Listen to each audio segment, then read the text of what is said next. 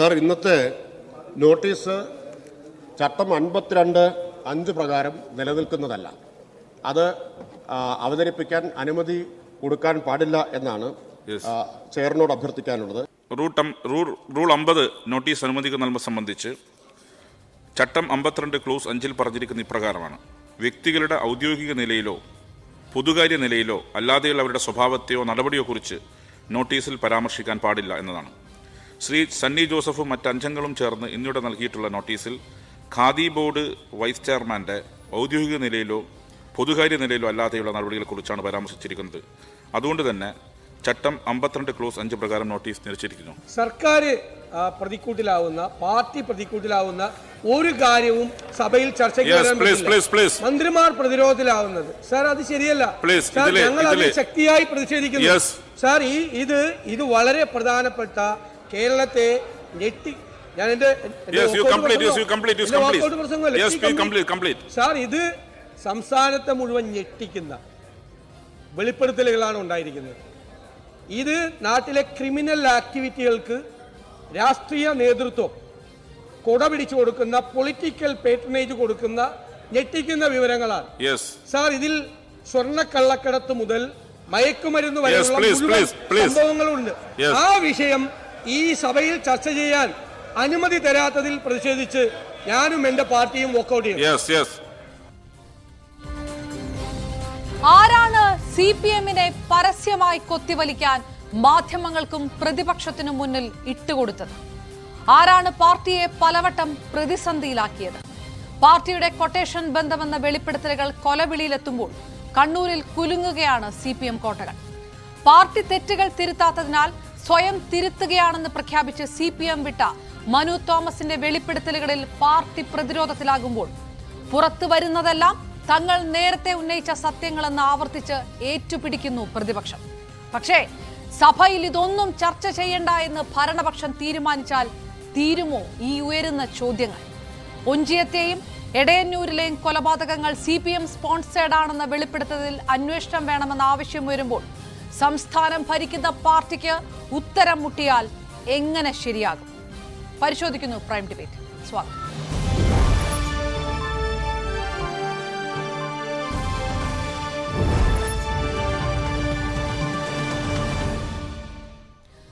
പാനലിസ്റ്റിൽ ചേരുന്നു ഇടത് നിരീക്ഷകൻ ആയുർ ബിജു, കോൺഗ്രസ് നിരീക്ഷകൻ N ശ്രീകുമാർ, ഒപ്പം വലത് നിരീക്ഷകൻ ഷാബു പ്രസാദ് എന്നിവർ. 3 പേർക്കും പാനലിലേക്ക് സ്വാഗതം. ആദ്യം ശ്രീ ആയുർ ബിജു, തിരുത്തലുണ്ടാകണമെന്ന് പറയുന്നത് പാർട്ടിയുടെ ഭാഗമായിട്ട് നിന്ന ഒരാൾ. അപ്പോൾ തിരുത്തലിനെ കുറിച്ചല്ല പാർട്ടി ആലോചിക്കുന്നത്.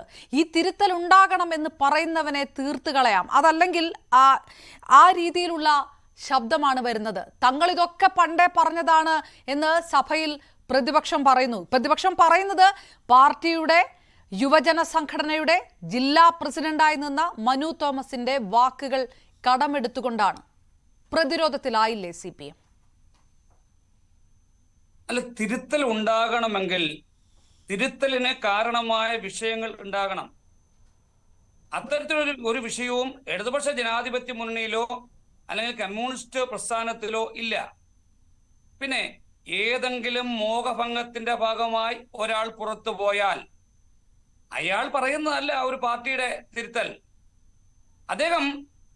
അദ്ദേഹത്തിനുണ്ടായ മോഹഭംഗം അത് എന്താണെന്ന് പറയാൻ പറ്റുന്നില്ല. അത് നമ്മൾ കണ്ടുപിടിക്കേണ്ടിയിരിക്കുന്നു, ചർച്ച ചെയ്യേണ്ടിയിരിക്കുന്നു. അങ്ങനെ മനു തോമസ് എന്ന് പറയുന്ന ഒരു വ്യക്തിക്കുണ്ടായ മോഹഭംഗത്തിന്റെ ഭാഗമായിട്ട് ഒരു DYFIയുടെ ജില്ലാ പ്രസിഡന്റ് പുറത്തു പോകുന്നു. അദ്ദേഹത്തിന് ഒരുപക്ഷെ എന്തെങ്കിലും ഓഫർ ഉണ്ടായിരിക്കാം, അല്ലെങ്കിൽ ഈ പാർട്ടിയെ ഒറ്റിക്കൊടുക്കുവാനുള്ള യൂദാസായിരിക്കാം. അങ്ങനെ അദ്ദേഹം പുറത്തു പോകുമ്പോൾ അദ്ദേഹം പറയുന്നതല്ല കേരളത്തിലെ കമ്മ്യൂണിസ്റ്റ് പാർട്ടി കേൾക്കേണ്ടത്, ചർച്ച ചെയ്യേണ്ടത്, അനുസരിക്കേണ്ടത്. നിങ്ങൾ അതിലേക്ക് ചർച്ചകൾ കൊണ്ടുവരൂ. അതാണ് കാണുന്നത്. നിങ്ങൾ മാധ്യമ ലോകം അതാണ് കാണേണ്ടത്. ആരാണ് മനു തോമസ്? ഇതിനേക്ക് മുന്നേ ആരെല്ലാം ഈ പാർട്ടിക്ക് വേണ്ടി അല്ലെങ്കിൽ ഈ പാർട്ടിയെ തിരുത്തണം എന്ന് പറഞ്ഞു? അവരൊക്കെ തിരുത്താൻ പറ്റിയിട്ട് തിരുത്തിയോ? അല്ലെങ്കിൽ അവർ പറയുന്ന അനുസരിച്ച് തിരുത്താൻ പറ്റാതിരുന്നിട്ട് കമ്മ്യൂണിസ്റ്റ് പ്രസ്ഥാനത്തിന് എന്തെങ്കിലും നഷ്ടങ്ങൾ ഉണ്ടായോ?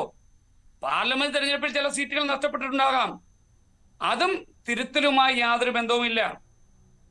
കോൺഗ്രസിന്റെ ചാവേറായി ഒരു മനു തോമസ് വന്നാൽ ഞങ്ങൾ പറയുന്നു അത് അദ്ദേഹത്തിന് ഞാൻ നേരത്തെ പറഞ്ഞ വാചകം തന്നെ അല്ല, എന്ന് തൊട്ടാണ് കോൺഗ്രസിന്റെ ചാവേറായി ഒരാൾ മാറുന്നത്? എന്ന് തൊട്ട് കോൺഗ്രസിന്റെ ചാവേറായി പറയുന്നത് എന്താണ്? ഒന്നും ഉണ്ടായിട്ടില്ല, തിരുത്താനുള്ള ഒന്നും ഉണ്ടായിട്ടില്ല എന്നാണ് പറയുന്നത് എന്താണ്? പാർട്ടിയുടെ കൊട്ടേഷൻ ബന്ധങ്ങളെ കുറിച്ച്. കണ്ണൂരിലെ സുപ്രധാനപ്പെട്ട നേതാവിന്റെ മകൻ ആ കൊട്ടേഷൻ സംഘത്തിന് നേതൃത്വം കൊടുക്കുന്നു എന്നാണ് പറയുന്നത്. സ്വർണം പൊട്ടിക്കലിന്റെ കോർഡിനേറ്റർ ആണ് എന്ന് പറയുന്നത്. ഈ പറയുന്നത് പോലെ ഇത് ഏതോ ഒരു മോഹഭംഗം അല്ലെങ്കിൽ ഒരു ഓഫർ കിട്ടിയത് കൊണ്ട് പറയുന്നതാണെങ്കിൽ എന്തിനാണ് CPM സൈബർ സംഘങ്ങൾ കൊലവിളി നടത്തുന്നത്? ആരാണ് കൊലവിളി നടത്തുന്നത്? ഷുഹൈബ് വധക്കേസിലെ പ്രതി പറയുന്നത് എന്താണ്? പാർട്ടിക്കെതിരെ എന്തും വിളിച്ചു പറയാനാകില്ല എന്ന് ബോധ്യപ്പെടുത്താൻ സംഘടനയ്ക്ക് സമയം വേണ്ട. അതായത് മിണ്ടിയാൽ TP മോഡലിൽ തീർക്കുമെന്നാണ് പറയുന്നത്. ഇതൊന്നും പാർട്ടി അറിയേണ്ടാണ് അല്ലെ ആയുർബിജു?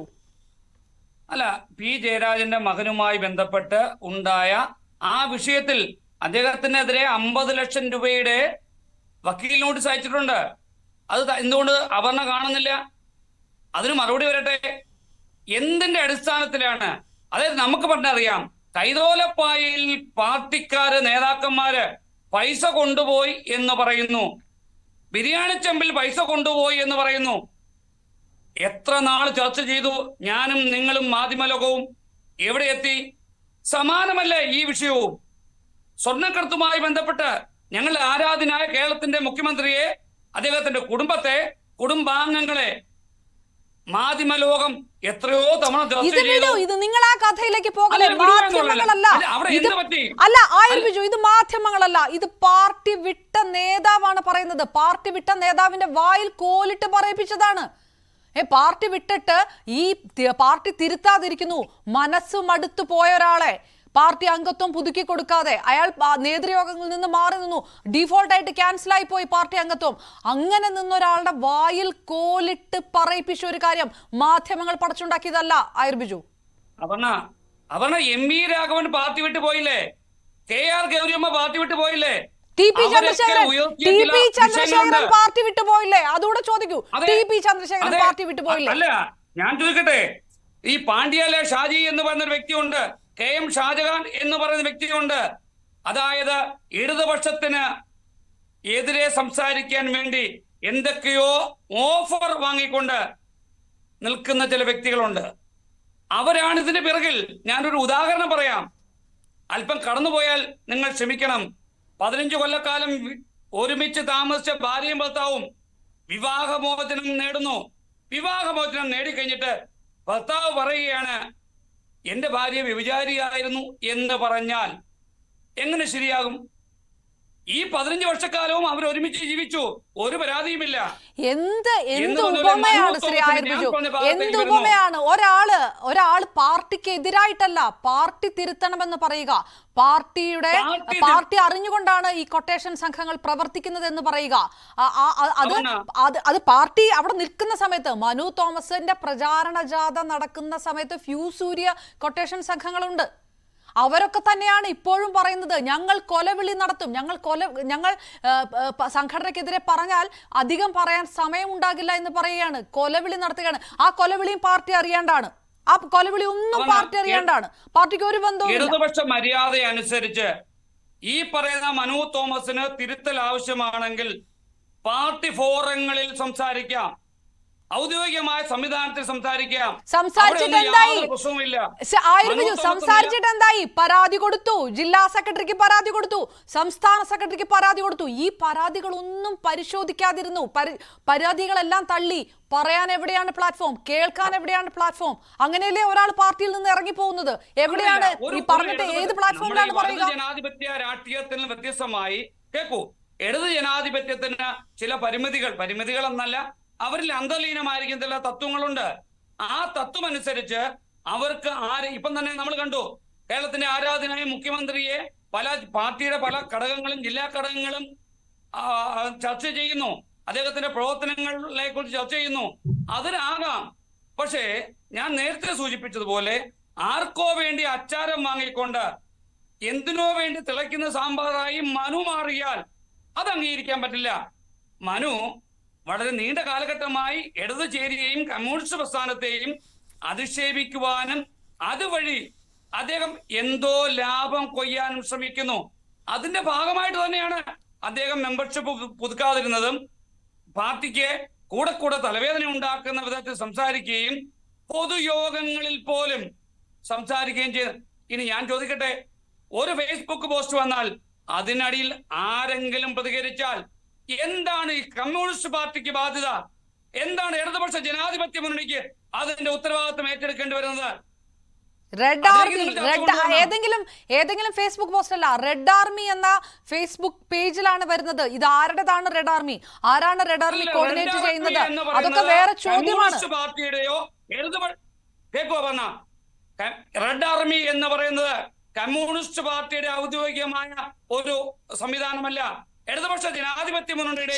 ശരി അങ്ങനെയാണെങ്കിൽ ഓക്കെ, ഒറ്റ കാര്യം, എനിക്ക് ഇതൊക്കെ ശരി. താങ്കൾ പറയുന്നത് ഒരു പാർട്ടി എങ്ങനെയാകണം, ഐഡിയൽ ഒരു പാർട്ടി എങ്ങനെയാകണം എന്നുള്ള താങ്കളുടെ ആഗ്രഹമൊക്കെ ആയിരിക്കും. അതൊന്നും ഞാൻ എതിർക്കുന്നില്ല, അതൊക്കെ ശരിയായിരിക്കും. എന്താണ് സംഭവിച്ചുകൊണ്ടിരിക്കുന്നത് എന്നുള്ളതാണ്. ഈ സൈബർ സംഘങ്ങളുടെ ഭീഷണി ഉണ്ട് എന്നും താങ്കൾ വിചാരിക്കുന്നില്ല? അങ്ങനെ ഒരു സൈബർ സംഘങ്ങളുടെ ഭീഷണി മനു തോമസിനെതിരെ ഇല്ല എന്നാണോ? അല്ലല്ലോ. അദ്ദേഹത്തിന് ഇടതുപക്ഷ ജനാധിപത്യ മുന്നണി ഗവൺമെന്റ് അദ്ദേഹത്തിന് പോലീസ് പ്രൊട്ടക്ഷൻ കൊടുത്തിട്ടുണ്ട്. അതെ, അതാണ് പറയുന്നത്. അങ്ങനെ ഒരു ഭീഷണി ഉള്ളത് കൊണ്ടാണല്ലോ, അങ്ങനെ വ്യക്തമായ ഭീഷണി ഉള്ളത് കൊണ്ടാണല്ലോ അങ്ങനെ ഒരു പോലീസ് സംരക്ഷണം കൊടുക്കുന്നത്. വെറുതെ കൊടുക്കുന്നതല്ലോ, ഏതെങ്കിലും സൈബർ ഒരു പോസ്റ്റിനിടയിൽ കമന്റ് ഇട്ട് കൊടുക്കുന്നതല്ലോ. ശരിക്കും അങ്ങനെ ഒരു ഭീഷണി ഉണ്ടെന്ന് വ്യക്തമായത് കൊണ്ടല്ലേ? അങ്ങനെ ഒരു ഭീഷണി ഉണ്ടെന്ന് ഞങ്ങൾക്ക് ഇടതുപക്ഷ ജനാധിപത്യ മുന്നണി ഗവൺമെന്റിന്, ഞങ്ങളുടെ ആഭ്യന്തര വകുപ്പിന് തോന്നിയത് കൊണ്ട് അദ്ദേഹത്തിന് ഞങ്ങൾ പ്രൊട്ടക്ഷൻ കൊടുത്തിട്ടുണ്ടെന്നേ. അതാ എവിടെ നിന്നുള്ള ഭീഷണിയാണ്? അത് എവിടെ നിന്നുള്ള ഭീഷണിയാണ്? ഇത് നമ്മൾക്ക് എങ്ങനെ, നമ്മൾ നാളുകളിൽ കണ്ടുപിടിക്കേണ്ട ഒരു വിഷയമാണ്. അത് ആരാണ്? ഞങ്ങൾ അതിനാണല്ലോ പ്രൊട്ടക്ഷൻ കൊടുത്തേക്കുന്നത്. ഞങ്ങളുടെ ഗവൺമെന്റ്, ബഹുമാനായ പിണറായി വിജയന്റെ അദ്ദേഹത്തിന്റെ പോലീസാണ് അതിന് അവർക്ക് എന്താണ് പ്രൊട്ടക്ഷൻ കൊടുത്തിരിക്കുന്നത്. ആരാണ് ഇതിന്റെ പിറകിലുള്ളത്? നാളുകളിൽ തെളിയും. ഈ ചർച്ചകൾ നമ്മൾ നാളെയും നടത്തുമല്ലോ. ഒറ്റ കാര്യം കൂടെ ശ്രീ ആരോപിച്ചു. ഇങ്ങനെ കൊലവിളി നടത്തുന്നത് ആര്? ഈ നേരത്തെ ഞാൻ പറഞ്ഞ പോലെ മനു തോമസ് ഭാരവാഹി ആയിരിക്കുന്ന സമയത്ത് നടത്തിയ പ്രചാരണ ജാഥയുടെ ഫ്യൂസ് ഊരാൻ കഴിയുന്ന കൊട്ടേഷൻ സംഘം കണ്ണൂരിൽ പാർട്ടി അറിയാതെ, പാർട്ടിയുടെ ജില്ലാ നേതൃത്വം അറിയാതെ, നേതാക്കൾ അറിയാതെ ഇതൊക്കെ നടക്കും എന്ന് താങ്കൾ അങ്ങ് വിശ്വസിക്കുകയാണ്, അല്ലെങ്കിൽ താങ്കൾ അങ്ങ് പറയുകയാണ് അല്ലേ? അല്ല, അത് തെറ്റായ ന്യായീകരണമാണ്. ഞാൻ ചോദിക്കട്ടെ, ആയൂരിൽ ഒരു വിഷയം ഉണ്ടാകുന്നു. കൊല്ലം ജില്ലയിലാണ് ഞാൻ താമസിക്കുന്നത്.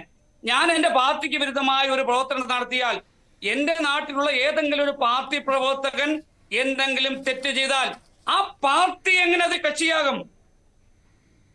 എന്താ, താങ്കൾ വലിയൊരു മുതിർന്ന മാധ്യമ പ്രവർത്തകയല്ലേ? ആ ചോദ്യത്തിന് പ്രസക്തി ഉണ്ടോ? ആ ഒരു സ്ഥലത്ത് ഒരു വിഷയം ഉണ്ടാകുന്നു, ഞാൻ നേരത്തെ പറഞ്ഞു താങ്കൾ സംസാരിക്കുന്നത് ഒരു പാർട്ടി എങ്ങനെ ആവണം, ഐഡിയലായിട്ട് താങ്കളുടെ മനസ്സിൽ ആ പാർട്ടിയെ വിഭാവനം ചെയ്യുന്നത് എങ്ങനെയാണ്, അതാണ് താങ്കൾ പറയുന്നത്. അത് ഞാൻ അംഗീകരിക്കുന്നു, അങ്ങനെയാണല്ലോ വേണ്ടത്. അത് താങ്കൾ കരുതുന്നതാണ്, പക്ഷെ അതാണ് സംഭവിക്കുന്നത്, അതാണ് സത്യം എന്ന് താങ്കൾ കണ്ണടച്ചുകൊണ്ടല്ല. ഇടതുപക്ഷ ജനാധിപത്യ മുന്നണിയുടെ സ്വഭാവവും ഇടതുപക്ഷ പ്രസ്ഥാനങ്ങളിലെ നിലവാരവും അവരുടെ സംഘടന പ്രവർത്തനവും അനുസരിച്ച് അങ്ങനെയാകണം ഒരു കമ്മ്യൂണിസ്റ്റുകാരൻ, അങ്ങനെയാകണം ഒരു ഇടതുപക്ഷ ജനാധിപത്യ മുന്നണി പ്രവർത്തകൻ. അതാണ് ഞാൻ പറഞ്ഞത്. അതിന് വിരുദ്ധമായി ഒരാൾ, ഞാൻ നേരത്തെ പറഞ്ഞു, ഒരു KM ഷാജഹാനോ അല്ലെങ്കിൽ ഒരു KR ഗൗരിയമ്മയോ അല്ലെങ്കിൽ ഒരു MV രാഘവനോ ഒരു പാണ്ഡ്യാല ഷാജിയോ ജനിച്ചു പോയാൽ അദ്ദേഹത്തെ തള്ളിപ്പറയുവാൻ ഇടതുപക്ഷം തയ്യാറാകുമെന്നേ. അത് മാത്രമേ ഇവിടെ സംഭവിച്ചിട്ടുള്ളൂ. TP ചന്ദ്രശേഖരനെയും തള്ളിപ്പറയാൻ തയ്യാറായിട്ടുണ്ട്. TP ചന്ദ്രശേഖരനെയും തള്ളിപ്പറയാൻ തയ്യാറായിട്ടുണ്ട്.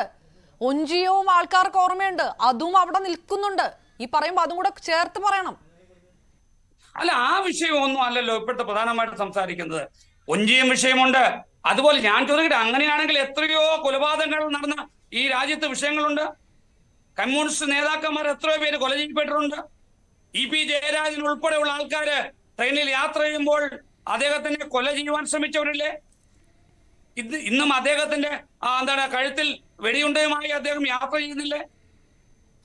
അതൊക്കെ നിങ്ങൾ എന്തുകൊണ്ട് മറന്നു പോകുന്നു?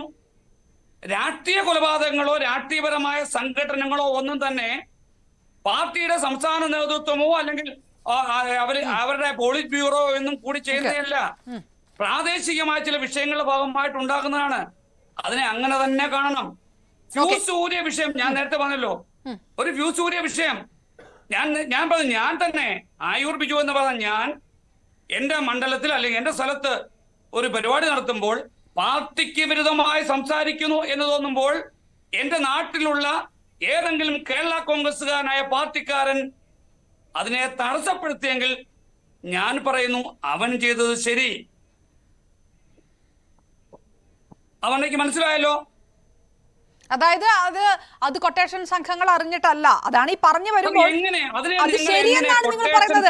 അല്ല ആയുർജു, ഇതെല്ലാം പറയുമ്പോഴും ഇതൊക്കെ സംഭവിക്കുന്നത് ഇങ്ങനെ ഒരു ഫ്യൂസ് ഊരിയിട്ടുണ്ടെങ്കിൽ, ഇങ്ങനെ ഒരാളെ പരാതി കൊടുത്ത ഒരാൾക്ക് പാർട്ടിയിൽ നിന്ന് പുറത്തു പോകേണ്ടി വന്നിട്ടുണ്ടെങ്കിൽ, അയാൾക്കെതിരെ സൈബർ ഇടങ്ങളിൽ കൊലവിളി നടക്കുന്നുണ്ടെങ്കിൽ, ഇതൊക്കെ പാർട്ടിയെ തിരുത്താൻ ശ്രമിച്ചത് കൊണ്ട് അതൊക്കെ ശരി എന്നാണ് പറയുന്നത്. ശരി എന്നാണ് നിങ്ങൾ പറയുന്നത്, ഈ നടക്കുന്നതൊക്കെ ശരി. പിന്നെ എന്തിനാണ് ഈ പോലീസ് അന്വേഷണം കൊടുത്തു എന്ന് പറയുന്നത്? എന്ത് കാര്യമുണ്ട്? അവന ഓരോ മനു എന്നല്ല, 1000 മനുക്കൾ വിചാരിച്ചാലും തകർക്കാൻ പറ്റാത്ത പ്രസ്ഥാനമാണ് കമ്മ്യൂണിസ്റ്റ് പാർട്ടിയും ഇടതുപക്ഷ ജനാധിപത്യ മുന്നണിയും.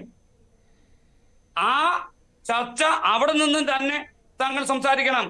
എത്രയോ പേര് ഇതിനെക്കാട്ടി എത്രയോ വലിയ നേതാക്കന്മാര് കമ്മ്യൂണിസ്റ്റ് പ്രസ്ഥാനത്തെ തള്ളിക്കളഞ്ഞ് പുറത്തു പോയിട്ടുണ്ട്, ഇടതുപക്ഷ ചേരിയിൽ നിന്ന് പുറത്തു പോയിട്ടുണ്ട്. എന്തായിരുന്നു അവരുടെയൊക്കെ അവസ്ഥ? KR ഗൗരി, ഞാൻ നേരത്തെ പറഞ്ഞല്ലോ, ഞാൻ വീണ്ടും പറയുന്നില്ല. അതാണ് പ്രശ്നം. ആയുർബിജു, ഞാൻ പറയുന്നതിലേക്ക് തന്നെ താങ്കൾ, ഞാൻ മറ്റുള്ളവർക്ക് ചോദ്യം ചോദിക്കാൻ വിചാരിക്കുമ്പോഴും താങ്കൾ എവിടാണ് ഈ പറഞ്ഞ് അവസാനിപ്പിക്കുന്നത്? ഈ വിമർശിച്ച് പുറത്തുപോയവരുടെ അവസ്ഥ, അതാണ് ഈ അവസ്ഥ. ഏതൊക്കെ ആരുടെയൊക്കെ അവസ്ഥ? ഒഞ്ചത്തെ അവസ്ഥ, TP ചന്ദ്രശേഖരന്റെ അവസ്ഥ, ആരുടെയൊക്കെ അവസ്ഥ? ആ അവസ്ഥയാണോ അഭിലഷണീയം, മാതൃകാപരം എന്ന് താങ്കൾ പറയുന്നത്? അങ്ങനെയാണെങ്കിൽ നിങ്ങൾ ഒഞ്ചിയത്തെ കാര്യം പറയണ്ടല്ലോ. ഞാൻ ചോദിച്ചത് KR ഗൗരിയമ്മയുടെ അവസ്ഥ, അല്ലെങ്കിൽ MV രാഘവന്റെ അവസ്ഥ, KM ഷാജഹാനെ പോലെ ഇടത് വിരോധിയായവരുടെ അവസ്ഥ, അങ്ങനെ എത്രയോ പേര് നമ്മുടെ. ഞങ്ങൾ ഇല്ലായ്മയുടെ രാഷ്ട്രീയമല്ല ഞാൻ പറയുന്നത്. ആരെങ്കിലും ഒഞ്ചിയത്തോ അല്ലെങ്കിൽ ഒരു TP ചന്ദ്രശേഖരനോ കൊല ചെയ്യപ്പെട്ടിട്ടുണ്ടാകാം, അത് മാത്രം നിങ്ങൾ മുന്നിലെടുത്ത് വെക്കരുത്. ഞങ്ങളെ മരിച്ചുപോയ എത്രയോ സഹാക്കന്മാരുണ്ട്, അവർക്ക് ആരുടെയെങ്കിലും ഒരു പേര് ഓർമ്മിക്കാൻ പറ്റും. ഞാൻ തിരികെ എത്താം, ഇതിന്റെ മറുപടികൾ ഞാൻ തിരികെ എത്താം. ശ്രീ ആയുർബിജു, മറ്റുള്ളവർക്ക് പോയിട്ട് ശ്രീ N ശ്രീകുമാർ, ഞാൻ ആദ്യം ഈ ആയുർബിജു പറഞ്ഞ ആ ഒരു വിഷയമുണ്ട്, മോഹഭംഗം, പാർട്ടിയിൽ നിന്ന് പുറത്തുപോയ ഒരാളുടെ മോഹഭംഗം, അല്ലെങ്കിൽ അത്രയ്ക്കും ശക്തമായിട്ടുള്ള ചില ഓഫറുകൾ വന്നതുകൊണ്ട്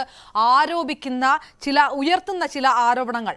ഇതിപ്പോ പാർട്ടി അംഗത്വം പുതുക്കി കൊടുക്കാത്ത ഒരാൾ, അല്ലെങ്കിൽ ഫലത്തിൽ പാർട്ടിയിൽ നിന്ന് പുറത്തു പോകേണ്ടി വന്ന ഒരാൾ, അയാൾ നടത്തുന്ന ഒരു വ്യക്തിഹത്യ ആരോപണം, ഇതിനൊക്കെ മറുപടി എന്തിനു പാർട്ടി കൊടുക്കണമെന്നാണ് ചോദിക്കുന്നത്.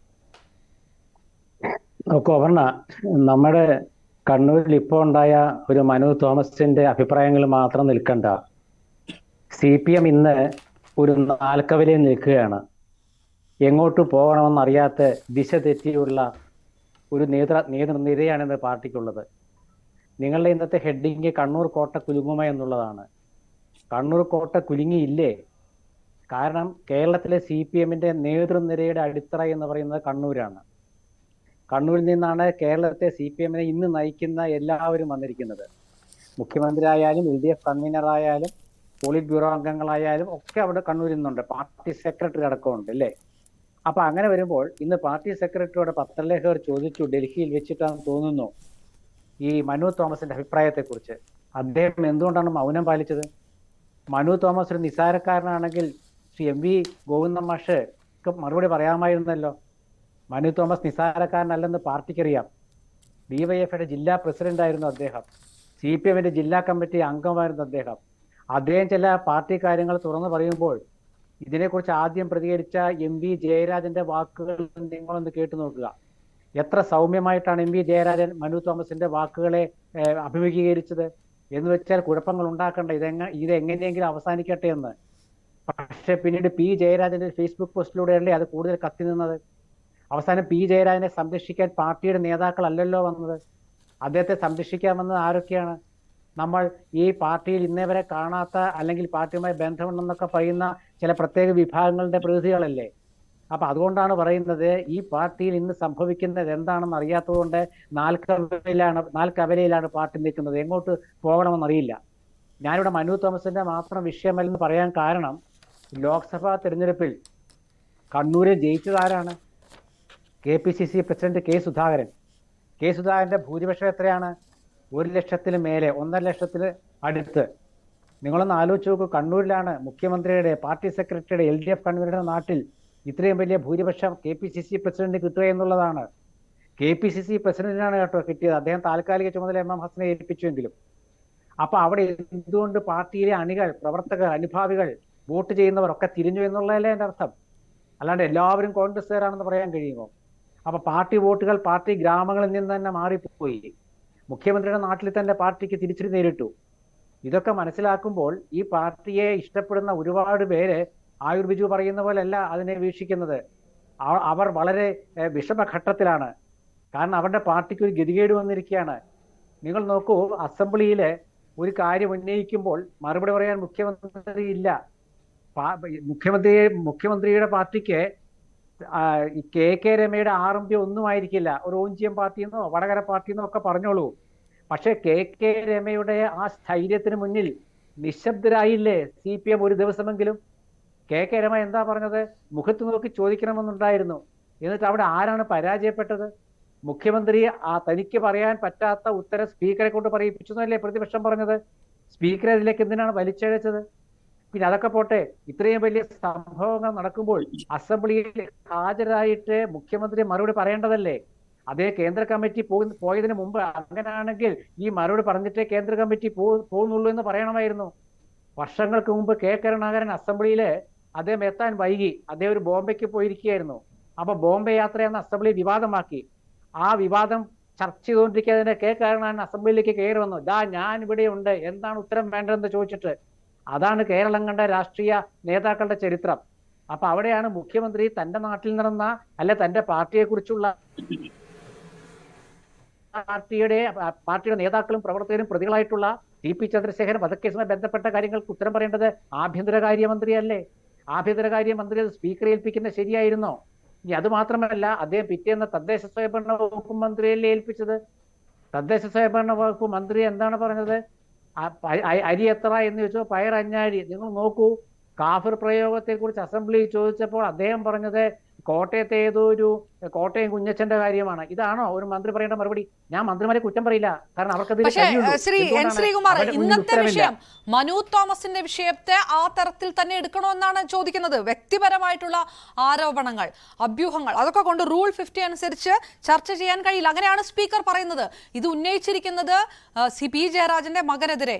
മകനിതാ 50 ലക്ഷം നഷ്ടപരിഹാരം വേണമെന്ന് പറഞ്ഞ് വക്കീൽ നോട്ടീസ് കൊടുത്തിരിക്കുന്നു. വിദേശത്ത് ജോലി ചെയ്യുന്ന തന്നെ ഇതിനെത്തിക്ക് വലിച്ചിഴക്കുകയാണ്. ഈ പാർട്ടിയിലെ സഖാക്കൾ തമ്മിൽ ചേരിപ്പോരുണ്ടാവുമ്പോൾ അവരുടെ കുടുംബാംഗങ്ങളിലേക്ക് ആരോപണങ്ങൾ ഉയർത്തുന്നത് ആദ്യമായിട്ടല്ല, അത് സ്ഥിരമാണ് എന്ന് പലപ്പോഴായി ഇടതുപക്ഷം പറയുന്നതാണ്.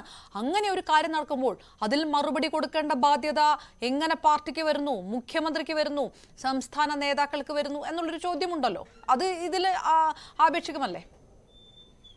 അല്ല, ഞാൻ പറഞ്ഞത് TP ചന്ദ്രശേഖരൻ വധവുമായി ബന്ധപ്പെട്ട പ്രതികൾക്ക് ശിക്ഷായിളവ് നൽകുന്നതിനെ കുറിച്ചാണ്. ഇവിടെ അപർണ പറഞ്ഞത് P ജയരാജന്റെ കാര്യത്തെക്കുറിച്ചാണ്. P ജയരാജന്റെ കാര്യം അസംബ്ലിയിൽ വരുമ്പോൾ സ്പീക്കർക്കും മന്ത്രിമാർക്കും അവരുടേതായ നിലപാടെടുക്കാം. പക്ഷെ അവരൊരു കാര്യം ആലോചിക്കണം.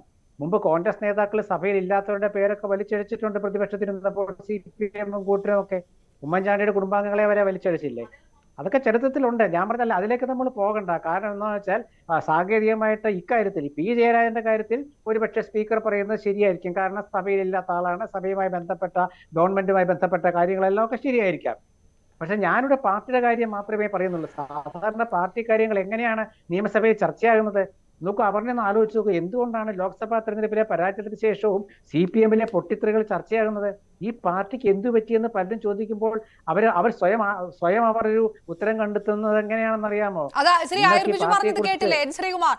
എന്ത് പറ്റി ഈ പാർട്ടിയെ തിരുത്തി പുറത്തു വന്നവർക്കൊക്കെ അവരുടെ അവസ്ഥ കണ്ടില്ലേ എന്ന് ചോദിക്കുന്നുണ്ട്. KR ഗൗരിയമ്മ തൊട്ട് ഇങ്ങോട്ട് MV രാഘവൻ വരെ എടുത്തു പറയുന്നുണ്ട്. അവരുടെ അവസ്ഥ കണ്ടില്ലേ? ഈ പാർട്ടിക്ക് എന്ത് സംഭവിച്ചു? പാർട്ടിയെ തിരുത്തണമെന്ന് പുറത്തുപോയവരുടെ അവസ്ഥ എന്തായി? അതായത് പാർട്ടി ഓരോ കാലത്തും പാർട്ടിയിൽ നിന്ന് ഒരുപാട് നേതാക്കൾ പുറത്തു പോയിട്ടുണ്ട്. സംഘടിത ശക്തിയാണ് CPM, തർക്കമൊന്നുമില്ല. പക്ഷെ അത് ആശയപരമായ പോരാട്ടത്തിന്റെ പേരിൽ പുറത്തു പോയതാണ്. എം വി രാഘവൻ മാത്രമല്ലല്ലോ പോയത്. കെ ആർ ഗൗരവ JSS ഉണ്ടാക്കി മന്ത്രിയായില്ലേ? എം വി രാഘവൻ CMP ഉണ്ടാക്കി മന്ത്രിയായില്ലേ? അതുപോലെ തന്നെ പഴയ കാലത്ത് PV കുഞ്ഞിക്കണ്ണൻ അദ്ദേഹം LDF കൺവീനർ സ്ഥാനത്ത് നിന്ന് അദ്ദേഹത്തെ മാറ്റി. അത് വളരെ ശരിയാണ്. O ഭരതൻ എന്തുകൊണ്ട് തെറ്റിപ്പോയി? C കണ്ണൻ എന്തുകൊണ്ട് തെറ്റിപ്പോയി? MM ലോറൻസ് എന്തുകൊണ്ട് നിശബ്ദനായി? C രവീന്ദ്രനാഥ് എന്തുകൊണ്ട് KN രവീന്ദ്രനാഥ് എന്തുകൊണ്ട് മാറുന്നു? ഇതൊക്കെ ഒരുപാട് ചോദ്യങ്ങൾ നമ്മുടെ മുമ്പിലുണ്ട്. അതവിടെ നിൽക്കട്ടെ. ഇവിടെ നമ്മളെ ഇപ്പോഴത്തെ അവസ്ഥയെ കുറിച്ചാണ് ഞാൻ പറയുന്നത്. മനു തോമസ് എന്ന DYFയുടെ മുൻ ജില്ലാ പ്രസിഡന്റ്, അത് എവിടുത്തെ ജില്ലാ പ്രസിഡന്റ്? ഇടുക്കി ജില്ലയല്ല, പാർട്ടി കോട്ടയായ കണ്ണൂർ ജില്ലാ പ്രസിഡന്റാണ്. അദ്ദേഹം എന്താണ് പറഞ്ഞത്? താൻ പാർട്ടിയിൽ നടക്കുന്ന അഴിമതികളെ കുറിച്ച് കത്ത് കൊടുത്തു. ആ കത്തിനെ കുറിച്ച് പാർട്ടി ചർച്ച ചെയ്തില്ല. 1 വർഷം കാത്തിരുന്നു, അംഗത്വം പുതുക്കിയില്ല. അപ്പോൾ അദ്ദേഹത്തെ പുറത്താക്കി. ആ പുറത്താക്കലിനെ കുറിച്ച് ചോദിച്ചപ്പോഴാണ് MV ജയരാജൻ വളരെ സൗമ്യമായി മറുപടി പറഞ്ഞത്. അങ്ങനെയല്ലല്ലോ സാധാരണ ഇവര് മറുപടി പറയാറുള്ളത്. ഇവര് RMP ഇവര് കൊച്ചാക്കി കാണുന്നു ഞാൻ നേരത്തെ പറഞ്ഞില്ലേ? RMP അല്ലേ വടകരയിലും കോഴിക്കോടും ഈ CPMന്റെ കഥ കഴിക്കാനായിട്ട് തെരഞ്ഞെടുപ്പ് രംഗങ്ങളിൽ സജീവമായി നിന്നത്? വടകരയിലെ കേന്ദ്ര കമ്മിറ്റി അംഗം KK ശൈലജ തോറ്റ എത്ര വോട്ടുകളുടെ ഭൂരിപക്ഷത്തിനായിരുന്നു? 1.5 ലക്ഷം വോട്ട് എവിടുന്ന് കിട്ടി? അത് മാത്രമാണോ? KK രമ എങ്ങനെ ജയിച്ചു വന്നു? KK രമ ആരുടെ വിധവയാണ്? KK രമ അസംബ്ലിയിൽ വന്നിട്ട് ആ രമയ്ക്ക് മുമ്പിലല്ലേ മുഖ്യമന്ത്രിക്ക് മറുപടി പറയാതെ മാറുന്നത്? അവിടെയല്ലേ രമ ജയിച്ചത്? അപർണ, നിങ്ങൾ ആലോചിച്ചു. നിങ്ങൾ ഈ സ്ത്രീകളുടെ ഉന്നമനത്തെക്കുറിച്ചും സ്ത്രീ ശബ്ദത്തെക്കുറിച്ചും ഒക്കെ ചിന്തിക്കുന്നവരല്ലേ? KK രമയുടെ ചോദ്യങ്ങളെ നേരിടാൻ കെൽപ്പില്ലാതായോ നമ്മുടെ കേരളത്തിലെ CPM നേതൃത്വത്തിന്? അതുകൊണ്ടല്ല, അതാ നിങ്ങൾ നിസ്സാരമായി കാണരുത്. KK രമ ആരാണ്, RMP ആരാന്നൊക്കെ ചോദിക്കുമ്പോൾ ആലോചിക്കേണ്ടത് KK രമയെ ജനങ്ങൾ തിരഞ്ഞെടുത്തതാണ്. അസംബ്ലിയിൽ വന്നിട്ട് KK രമ പറഞ്ഞ ഏതെങ്കിലും കാര്യത്തിൽ ഉത്തരവുണ്ടോ? അത് മാത്രമല്ല, പറയുന്നതൊക്കെ തെറ്റല്ലേ? അത് ഞാൻ ഈ മന്ത്രിമാരെ ഞാൻ കുറ്റം പറയില്ല, കാരണം അവർക്ക് അങ്ങനെ പറ്റുള്ളൂ. അവരെ സംബന്ധിച്ചിടത്തോളം പാർട്ടി ഇന്ന് പ്രതിസന്ധിയിലാണ്. നമ്മളെ നിസ്സാരമായി കാണരുത്. ഒരു ചോദ്യത്തിന് ഉത്തരം നൽകാൻ പാർട്ടി സെക്രട്ടറി MV ഗോവിന്ദന് കഴിയുന്നില്ലെങ്കിൽ അതിന്റെ അർത്ഥം എന്താണ്? ഉത്തരം പറയാൻ പറ്റില്ല എന്നുള്ളതാണ്. അതായത് നമ്മുടെ മനു തോമസിന്റെ കാര്യത്തിൽ മൗനമാണ് ഭൂഷണമെന്ന് ചില മാധ്യമങ്ങളൊക്കെ പറയുന്നുണ്ട്. മൗനത്തിന് രക്ഷയുള്ളൂ, കാരണം പറയാൻ കഴിയില്ല. നിങ്ങൾ നോക്കൂ, P ജയരാജനെതിരെ ഇന്ന് നമ്മുടെ മനു തോമസ് അദ്ദേഹത്തിന്റെ P ജയരാജനെതിരെ മകനെതിരെയൊക്കെ ആക്ഷേപം ഉന്നയിച്ചതൊക്കെ അദ്ദേഹം പുറത്തു വന്നതിന് ശേഷമാണ്. അദ്ദേഹം പാർട്ടിക്കുള്ളിൽ എന്താ പറഞ്ഞത് നമുക്കറിയില്ല. അദ്ദേഹം പറഞ്ഞ ഞാൻ അന്ന് കൊടുത്ത പരാതി പാർട്ടിയെ നന്നാക്കാൻ വേണ്ടിയായിരുന്നു. എന്തുകൊണ്ടാണ് പാർട്ടി തിരുത്തണമെന്ന് പറയുന്നത്? ആരാണ് തിരുത്തണമെന്ന് പറഞ്ഞത്? ഇപ്പോൾ ആയുർ ബിജു പറഞ്ഞു എന്ത് വിഷയത്തിലാണ് തിരുത്തുക എന്നുള്ളത്. തിരുത്താൻ തീരുമാനിച്ചത് പാർട്ടി തീരുമാനിച്ചിട്ടുണ്ട്. ശ്രീ ബിജു തോമസ് ഐസക് പറഞ്ഞു കഴിഞ്ഞു. G സുധാകരൻ നേരത്തെ സൂചിപ്പിച്ചു കഴിഞ്ഞു. പാർട്ടി സെക്രട്ടറി പറഞ്ഞു തെറ്റുണ്ടെങ്കിൽ തിരുത്തണമെന്ന് പറഞ്ഞു. P ജയരാജൻ പൊതുയോഗത്തിൽ പ്രസംഗിച്ചപ്പോൾ പറഞ്ഞു നമുക്ക് തെറ്റുപറ്റിയെങ്കിൽ തിരുത്തണമെന്ന് പറഞ്ഞു. ഇതൊക്കെ കാണണ്ടേ? നമ്മൾ അതാണ് പറഞ്ഞത്. എവിടെ പോയി നമ്മളുടെ കണ്ണൂരിലത്തെ CPMന്റെ നേതൃനിരയിലെ ഉണ്ടാകുന്ന ഭിന്നിപ്പ പാർട്ടിയിൽ നിസ്സാര പ്രശ്നങ്ങളെല്ലാം ഉണ്ടാക്കുക പറഞ്ഞ നിങ്ങളത് മനസ്സിലാക്കുക. അതുകൊണ്ടാണ് പാർട്ടി മൗനം പാലിക്കുന്നത്. P ജയരാജനെ തള്ളിക്കളയാൻ പാർട്ടിക്ക് പറ്റില്ല. EP ജയരാജനെ തള്ളിക്കളയാനോ വിമർശിക്കാനോ കഴിയില്ല. MV ജയരാജനെ പറ്റുമോ? ഇല്ല. MV ജയരാജനും P ജയരാജനും തമ്മിലുള്ള വാക്ക് തർക്കവും അഭിപ്രായ ഭിന്നതയും നമുക്കറിയാമല്ലോ. ജയരാജനെതിരെ EP ജയരാജനെതിരെ സംസ്ഥാന കമ്മിറ്റി P ജയരാജൻ ഉന്നയിച്ച ആരോപണത്തിന് ഒരു വാരിയിലൂടെ മറുപടി കൊടുത്ത EP ജയരാജനെ നമുക്കറിയാമല്ലോ. ഞാൻ പറഞ്ഞ മുഖ്യമന്ത്രിയുടെ സന്നിഗ്ധ ഘട്ടത്തിൽ പ്രതിസന്ധിയിൽ പെടുമ്പോൾ ആരാണ് ഇവിടെ സഹായിക്കാനെത്തുന്നത്? കണ്ണൂരിൽ നിന്ന് എത്ര പേര് സഹായിക്കാനെത്തുന്നുണ്ട്? ഈ വിഷയത്തിൽ തന്നെ എവിടെ പോയി CPMന്റെ നേതാക്കള്? എന്താണ് അവർക്ക് ഉത്തരവില്ലാത്തത്? അസംബ്ലി സ്പീക്കർക്ക് എന്തുകൊണ്ടാണ് ഇങ്ങനെ അവസ്ഥയെ നേരിടേണ്ടി വന്നത്? ഇതൊക്കെ നിസ്സാര ചോദ്യങ്ങളല്ല. ഞാൻ പറഞ്ഞ ഈ പാർട്ടിയിൽ നിന്ന് സംഭവിച്ചുകൊണ്ടിരിക്കുന്ന ചില അപഭ്രംശങ്ങളുണ്ട്. അത് തീർക്കാൻ പറ്റില്ല, കാരണം അത് പാർട്ടി ശൈലി മാറണം. ഇവര് ചോദിക്കാറുണ്ട് പിണറായി അവിടെ എല്ലാ വിഷയം. ഞാൻ തിരികെ എത്താം. ശ്രീ ഷാബു പ്രസാദ്, പാർട്ടിക്ക് CPMന് കൊട്ടേഷൻ ബന്ധമുണ്ട്. സ്വർണം പൊട്ടിക്കലിന്റെ കോർഡിനേറ്റർ ആകുന്നത് സുപ്രധാന നേതാവിന്റെ മകനാണ്. ഈ തരത്തിലുള്ള ആരോപണങ്ങൾ നടത്തുക, പക്ഷെ ഈ ആരോപണങ്ങളൊക്കെ നടത്തുന്നത് പാർട്ടിയിൽ നിന്ന് പുറത്താക്കപ്പെട്ട ഒരാളാണല്ലോ. അതുകൊണ്ട് ഇതിലെന്തിന് അന്വേഷണം നടത്തണം, ഇതെന്തിന് സഭയിൽ ചർച്ച ചെയ്യണം എന്ന് ചോദിക്കുന്നുണ്ട്. ഇത് ഒരു പാർട്ടിയുടെ ആഭ്യന്തര വിഷയം, അതിനകത്ത് നടന്ന ചർച്ച, അതിനകത്ത് ഒരുപക്ഷെ വിരുദ്ധാഭിപ്രായം പറഞ്ഞു പുറത്തുപോയ ഒരാൾ. എന്താണ് പാർട്ടിക്കകത്ത് സംഭവിച്ചതെന്ന് പാർട്ടിക്കാർ അറിയുള്ളൂ. ആ രീതിയിൽ പുറത്തേക്ക് വരുന്ന ചില വിഷയങ്ങൾ, അതല്ലാതെ ഇത് ചർച്ച ചെയ്യപ്പെടേണ്ട ഒരു കാര്യമുണ്ടോ? ഒരു സഭ നിർത്തിവെച്ച് ചർച്ച ചെയ്യപ്പെടേണ്ട കാര്യമില്ല എന്ന് CPM വാദിക്കുമ്പോൾ അത് ശരിവെച്ചു കൊടുക്കേണ്ടതല്ലേ?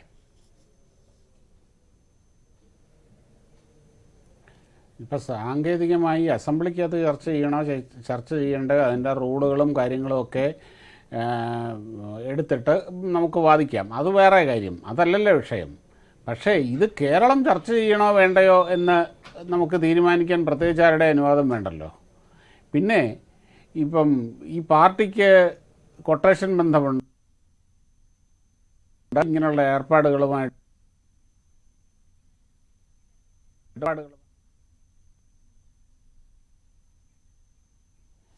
ഷാബു പ്രസാദ്, ചില സാങ്കേതിക വിഷയങ്ങൾ ഞാൻ താങ്കളിലേക്ക് തന്നെ തിരികെ വരാം. വളരെ പെട്ടെന്ന് അത് ശരിയാകും എന്നാണ് കരുതുന്നത്. ആയുർബിജു, താങ്കളുടെ മറുപടി എനിക്ക് വേണ്ടത് ശ്രീ എൻ ശ്രീകുമാർ പറഞ്ഞതിനൊക്കെ താങ്കൾക്ക് മറുപടി ഉണ്ടാകും. പക്ഷെ ഞാൻ ഒരു കാര്യം ആദ്യം ചോദിച്ചിട്ട് ദയവായി അതിലേക്ക് ആദ്യം, ഇങ്ങനൊരു വിഷയം വരുമ്പോൾ എം ഷാജറിന്റെ പേരെടുത്ത് പറഞ്ഞുകൊണ്ടാണ് ഈ മനുവിന്റെ കത്ത് പുറത്തേക്ക് വരുന്നത്, ആ പരാതി കത്ത് പുറത്തേക്ക് വരുന്നത്. ഇതിനുശേഷം അല്ലെങ്കിൽ ഇതിലടക്കം എന്താണ് പാർട്ടി മിണ്ടാത്തത്? പാർട്ടിക്ക് എന്താണ് ഒന്നും പറയാനില്ലാത്തത്? നേരത്തെ ശ്രീ എൻ ശ്രീകുമാർ പറഞ്ഞതുപോലെ എം വി ഗോവിന്ദൻ CPM സംസ്ഥാന സെക്രട്ടറിയോട് ചോദിക്കുമ്പോൾ ഓ എന്ന് മാത്രം പറഞ്ഞുകൊണ്ട് അദ്ദേഹം പോകുന്നത് എന്താണ് കണ്ണൂരിൽ നിന്ന് ഇതിന് മറുപടി വരാത്തത് എന്താണ്? എന്തിനാണ് ഈ മൗനം? ഒറ്റ വാക്കിൽ അതിന് മറുപടി പറയാം. ഇല്ലാത്ത ഒരു വിഷയം, നിസാരമായ ഒരു വിഷയം, അതിൽ പാർട്ടി ചർച്ച ചെയ്യേണ്ട അല്ലെങ്കിൽ സംസാരിക്കേണ്ട ആവശ്യമില്ലെന്ന് നമ്മൾ നാടൻ ഭാഷ പറയാതെ അവനെ വിട്ടുകളാ, അത്രേ ഉള്ളൂ. അത്ര കാര്യമേ ഈ വിഷയത്തിലുള്ളൂ. അത്ര ഗൗരവമേ പാർട്ടി ഈ വിഷയത്തിൽ എടുക്കുന്നുള്ളൂ. അത്ര ഗൗരവം ഉള്ളത് കൊണ്ടാണ് കൊലവിളി നടത്തുന്നത് സൈബർ സ്പേസിൽ. ഇത് വിട്ടുകളയുന്ന സംഭവമായിരുന്നു. ആരൊക്കെയാണ് കൊലവിളി നടത്തുന്നത്? അവർണ കേൾക്കൂ, ആര് കൊലവിളി നടത്തി? കമ്മ്യൂണിസ്റ്റ് പ്രസ്ഥാനത്തിന്റെ ഉത്തരവാദിത്തപ്പെട്ട നേതൃത്വത്തിലിരിക്കുന്ന ആരെങ്കിലും കൊലവിളി നടത്തിയോ? ഇടതുപക്ഷ ജനാധിപത്യ മുന്നണിയുടെ ഉത്തരവാദിത്തത്തിലിരിക്കുന്ന ആരെങ്കിലും കൊലവിളി നടത്തിയോ? ആരെങ്കിലും എന്തെങ്കിലും പറഞ്ഞതുകൊണ്ട് ഞങ്ങളുടെ മണ്ടയ്ക്ക് അത് ചാർത്തിത്തരേണ്ട, അതിന് മറുപടി പറയുവാൻ ഞങ്ങൾ ഇടതുപക്ഷ ജനാധിപത്യ മുന്നണിയും ആയൂർ ബിജുവും ബാധിച്ചതല്ല. ഇനി ബഹുമാന ശ്രീകുമാർ സാർ പറഞ്ഞൊരു കാര്യത്തിലേക്ക് ഇറങ്ങാം. പാർട്ടി എന്തോ പ്രതിസന്ധിയിലായിരിക്കുന്നു എന്ന് അദ്ദേഹം വലിയ വായിൽ പറഞ്ഞു. ബഹുമാന ശ്രീകുമാർ സാറേ, ഏത് പാർട്ടിയാണ് പ്രതിസന്ധിയിലായിരിക്കുന്നത്? ഇടതുപക്ഷ ജനാധിപത്യ മുന്നണിയും കമ്മ്യൂണിസ്റ്റ് പാർട്ടിയും കഴിഞ്ഞ പാർലമെന്റ് തെരഞ്ഞെടുപ്പിൽ ചില സീറ്റുകളിൽ തോറ്റു എന്നുള്ളത് വലിയ പ്രതിസന്ധിയൊന്നുമല്ല. 2 തവണ കേരളത്തിൽ അധികാരത്തിൽ വന്ന ഒരു ഗവൺമെന്റാണ്, ഒരു രാഷ്ട്രീയ പാർട്ടിയാണ്, ഒരു രാഷ്ട്രീയ മുന്നണിയാണ്. ഞാൻ താങ്കൾ ചില കണക്കുകൾ പറഞ്ഞല്ലോ, ആരൊക്കെ എവിടെയൊക്കെ 1 ലക്ഷത്തിന് ജയിച്ചു, 1/2 ലക്ഷത്തിന് തോറ്റു എന്ന്. നിങ്ങളുടെ KPC പ്രസിഡന്റ് കണ്ണൂരിൽ ജയിച്ച കഥയൊക്കെ താങ്കൾ പറഞ്ഞു. താങ്കൾക്ക് ഓർമ്മയുണ്ട? താങ്കൾ ഒരു വലതുപക്ഷ കോൺഗ്രസ് രാഷ്ട്രീയക്കാരൻ ആയതുകൊണ്ട് താങ്കളെ ഞാൻ അല്പം അങ്ങ് വടക്കോട്ട് കൊണ്ടുപോകാം. റായ്ബറേലിയില് നിങ്ങൾ ഇന്ദിരാഗാന്ധി തോറ്റത് താങ്കൾക്ക് ഓർമ്മയുണ്ട? അമേഠിയിൽ നിങ്ങളുടെ പപ്പു തോറ്റത് നിങ്ങൾക്ക് ഓർമ്മയുണ്ടോ? ഉണ്ടല്ലോ. അതുകൊണ്ട് തെരഞ്ഞെടുപ്പ് പരാജയത്തിന്റെ പേരിൽ താങ്കൾ ഒരു രാഷ്ട്രീയ പാർട്ടിയെ ആക്ഷേപിക്കാനായിട്ട് ഈ ചർച്ചയിൽ വന്നിരിക്കരുത്. ഇതിപ്പം വിഷയം തെരഞ്ഞെടുപ്പ് പരാജയം അതുമായിട്ട് ബന്ധപ്പെട്ട വിലയിരുത്തലുകൾക്ക് പോകുന്നോണ്ട് പറയാണ് ഈ തിരുത്തലൊക്കെ വേണം. താങ്കൾ പറഞ്ഞതുകൊണ്ടല്ലേ 2 തവണ ജയിച്ച പാർട്ടിയാണ് ഈ തോക്കുന്നത്, വലിയ കാര്യമില്ല, അതുകൊണ്ട് ഇത് വലിയ കാര്യമൊന്നുമല്ല എന്ന് ജി സുധാകരന് തോന്നുന്നില്ല, തോമസ് ഐസക്കിന് തോന്നുന്നില്ല, പാർട്ടിയുടെ ജില്ലാ നേതൃയോഗങ്ങൾക്ക് തോന്നുന്നില്ല. അവർണ, ഞാൻ ചോദിക്കട്ടെ, ശ്രീകുമാർ സാറിനോട് എന്റെ ചോദ്യം, കെ മുരളീധരന് ഇതൊന്നും തോന്നുന്നില്ലല്ലോ. തൃശ്ശൂരിൽ തോറ്റ കെ മുരളീധരൻ കോൺഗ്രസിന്റെ നേതൃത്വത്തിനെതിരെ സംസാരിക്കുന്നു. അതെന്തേ താങ്കൾ കണ്ടില്ല? ഇവിടെ കോൺഗ്രസിന്റെ പല മേഖലയിലുമുള്ള ആൾക്കാര് തോൽവിയുമായി ബന്ധപ്പെട്ട് സംസാരിക്കുന്നു, പ്രശ്നങ്ങൾ ഉണ്ടാക്കുന്നു. തിരുവനന്തപുരത്ത് ശശി തരൂർ തന്നെ പരാജയപ്പെടുത്തുവാൻ കോൺഗ്രസ് നേതാക്കന്മാർ പ്രവർത്തിച്ചു എന്ന് പറയുന്നു. താങ്കൾ കേട്ട? എന്തേ താങ്കൾ കേൾക്കാതെ വന്നു? അപ്പൊ താങ്കൾക്ക് ബഹുമാനായ വലിയ മാധ്യമ പ്രവർത്തകനായ കോൺഗ്രസിന്റെ വക്താവായ വലതുപക്ഷക്കാരനായ ശ്രീകുമാർ സാറിന് ഇടതുപക്ഷക്കാർ പറയുന്നത് മാത്രമേ മനസ്സിലാവൂ.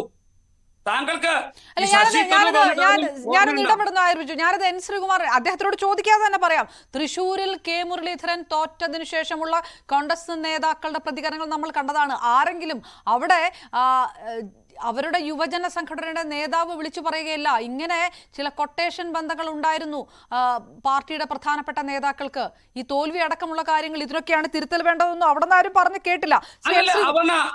തൃശ്ശൂർ അങ്ങ് വിട്ടേക്കുക. തിരുവനന്തപുരത്ത് താങ്കൾ കേട്ടില്ലേ? അവർണ കേട്ട് കാണുമല്ലോ. താങ്കളെ പോലെ ഒരു മുതിർന്ന മാധ്യമ പ്രവർത്തകയ്ക്ക് അറിവില്ലാത്തതല്ലോ. തിരുവനന്തപുരത്ത് ശശി തരൂരിന്റെ സ്റ്റേറ്റ്മെന്റ് വന്നിട്ടുണ്ട്. അദ്ദേഹത്തെ തോൽപ്പിക്കാൻ ശ്രമിച്ചത് അവിടുത്തെ കോൺഗ്രസ്സുകാരാണെന്ന്, ഇല്ലേ? അപ്പോൾ എന്താണ് ഞങ്ങളെ മാത്രം, ഇടതുപക്ഷ ജനാധിപത്യ മുന്നണിയെ മാത്രം ഒറ്റ തിരിഞ്ഞും തെറ്റയ്ക്കും നിങ്ങൾ ആക്രമിക്കുന്നത് എന്തിന്റെ അടിസ്ഥാനത്തിലാണ്?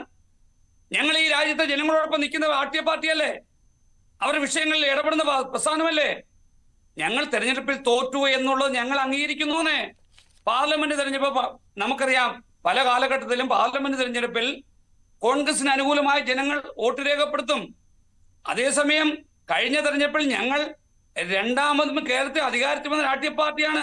എന്തേ അന്ന് ഈ കോൺഗ്രസിന് ആരും വോട്ട് ചെയ്യാഞ്ഞേ? ഇവരുടെയൊക്കെ വലിയ നേതാക്കൾ. നിങ്ങൾ ഈ കോൺഗ്രസിനെ പറയണ എന്തിന്? നമ്മൾ ഈ സംസാരിക്കുന്നത് മനു തോമസിന്റെ വിഷയമാണ്. മനു തോമസ് കോൺഗ്രസിന്റെ അംഗമൊന്നും അല്ലല്ലോ, കോൺഗ്രസിൽ ചേർന്നിട്ടില്ലല്ലോ. അതവിടെ നിൽക്കട്ടെ. മനു തോമസ് പറഞ്ഞ വിഷയങ്ങൾ, കണ്ണൂരിലെ പാർട്ടിയെ പ്രതിരോധത്തിലാക്കിക്കൊണ്ട് മനു തോമസ് പറഞ്ഞ വിഷയങ്ങൾ, അത് ഒരു കേവലം ഒരു തെരഞ്ഞെടുപ്പ് തോൽവിയുടെ വിഷയമല്ലല്ലോ. ശ്രീ എൻ ശ്രീകുമാർ, താങ്കളുടെ മറുപടി ഞാൻ താങ്കളിലേക്ക്. അതായത് ശ്രീ ആയുർ ബിജു അമേസി തോറ്റതിൻ്റെ ഒരു പ്രത്യേക പേര് പറഞ്ഞു. ശ്രീ ബിജു, താങ്കളുടെ പാർട്ടിയുടെ നേതാക്കളടക്കം അവിടെ ലോക്സഭയിലോ രാജ്യസഭയിലോ ഉണ്ടെങ്കിൽ അവരുടെ നേതാവായിട്ട് ഇന്നിരിക്കുന്ന പ്രതിപക്ഷ നേതാവാണ് ശ്രീ രാഹുൽ ഗാന്ധി. അത് നോക്കുന്നത് നന്നായിരിക്കും. പ്ലീസ്, അല്ല അത് ഞാൻ ഈ ചർച്ചയുടെ പ്രേക്ഷകർ കേൾക്കണം. അത് അങ്ങനെ ഒരു സാഹചര്യത്തിൽ കോൺഗ്രസ് ചെന്നെത്തിയത് കോൺഗ്രസിന്റെ ഗതികേടാണെന്ന്. എന്ന് രാഹുൽ ഗാന്ധി നേതാവായിട്ടിരിക്കുന്നതോ കോൺഗ്രസിന്റെ ഗതികേട്? ശ്രീ ആയുർ ബിജു, രാഹുൽ ഗാന്ധി നേതാവായിട്ടിരിക്കുന്നതാണോ കോൺഗ്രസിന്റെ ഗതികേട്? അതെ, രാഹുൽ ഗാന്ധി ഇരിക്കുന്നതല്ല അപർണ. അത്തരത്തിൽ ഇന്ത്യ മഹാരാജ്യത്ത് കമ്മ്യൂണിസ്റ്റ് പ്രസ്ഥാനത്തെ പോലും കൂടെ നിർത്തി കോൺഗ്രസിന്റെ പ്രതിപക്ഷ സ്ഥാനത്തേക്ക് ചെല്ലേണ്ടി വന്ന ഗതികേട്, അത് ഗതികേടല്ല എന്ന് ശ്രീകുമാർ സാർ പറഞ്ഞു. പറ, അല്ല ശ്രീകുമാർ സാർ പറയട്ടെ, ശ്രീകുമാർ സാർ പറയട്ടെ അദ്ദേഹത്തിന്. അല്ല, അദ്ദേഹം എന്തൊക്കെയാണ് ഈ ചർച്ചയിൽ പറയുന്നത്? ഞാൻ പറഞ്ഞത്, അദ്ദേഹം പറഞ്ഞത് രാഹുൽ ഗാന്ധിയെ കുറിച്ചാണല്ലോ. അദ്ദേഹം അമേഠി എന്ന് പറഞ്ഞുകൊണ്ട് പറഞ്ഞതാണ്. അമേഠിയിൽ രാഹുൽ ഗാന്ധി നിർത്തിയ സ്ഥാനാർത്ഥി ജയിക്കുകയും റായ്ബറേലിയിൽ ഭൂരിപക്ഷം കൂടുകയും നരേന്ദ്രമോദിയുടെ ഭൂരിപക്ഷം പിന്നാക്കം എന്ന് നമ്മൾ തെരഞ്ഞെടുപ്പ് കാലത്ത് കേൾക്കുകയും ചെയ്തു. കേരളത്തിലെ